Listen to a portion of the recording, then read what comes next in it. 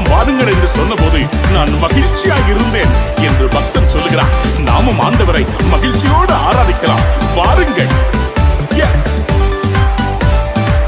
ஆமென்.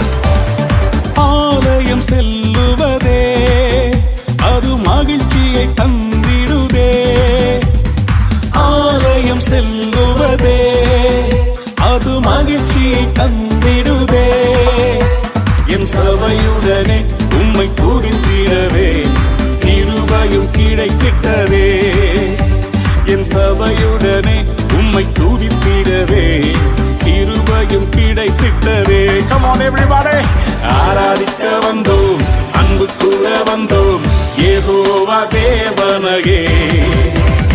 துதித்திட வந்தோம், தொழுதிட வந்தோம், தூயவர் இயேசுவையே. கைகளை தட்டி